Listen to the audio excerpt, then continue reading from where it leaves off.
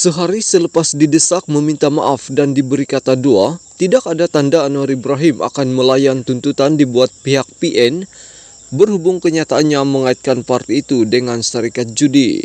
Hari ini Perdana Menteri bertegas dia tidak membuat sebarang kenyataan jika ia tidak disertakan asas. Pada masa sama, Anwar meminta PN membaca dengan teliti kenyataan yang dikeluarkannya sebelum ini. Baca kenyataan lengkap saya, baru ambil tindakan.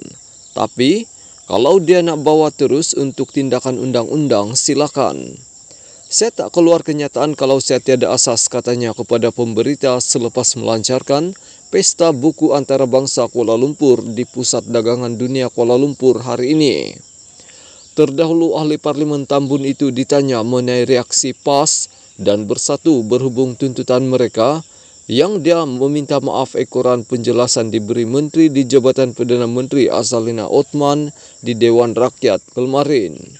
Kemarin media melaporkan bahawa Azalina memberitahu Parlimen tiada kertas siasatan dibuka oleh Suruhanjaya Pencegahan Rasuah Malaysia SPRM, ekoran kenyataan dibuat Anwar.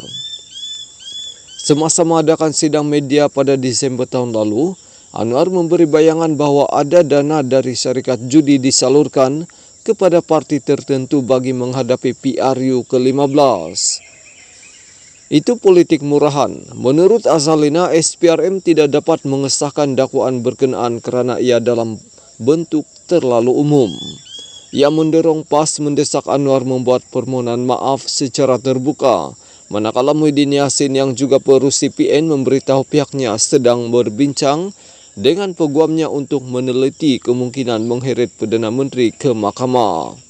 Tidak lama kemudian Azalina mengeluarkan kenyataan, kerajaan tidak pernah menyatakan siasatan kes itu dihentikan. Sebaliknya, SPRM boleh membuka fail berkaitan pada bila-bila masa.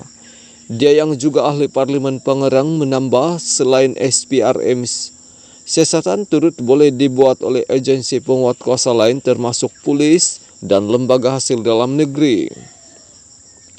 Menurut Anwar, siasatan berhubung isu dana berkaitan syarikat judi tersebut diteruskan oleh pelbagai agensi dan tindakan lanjut diambil selepas pihak berkuasa mendapat bukti baru. Sementara itu, ketika diminta mengulas mengenai pembentangan Akta Mahkamah Syariah Bidang Kuasa Jenayah 1965 pindaan 1984 atau lebih dikenali sebagai RUU 355, Anwar menyifatkan individu yang membangkitkan isu tersebut sebagai bermain politik murahan. RUU 355 ni dah 3 tahun. Semasa ada dalam kerajaan, dia lupa apabila dia jadi pembangkang, dia bangkit semula.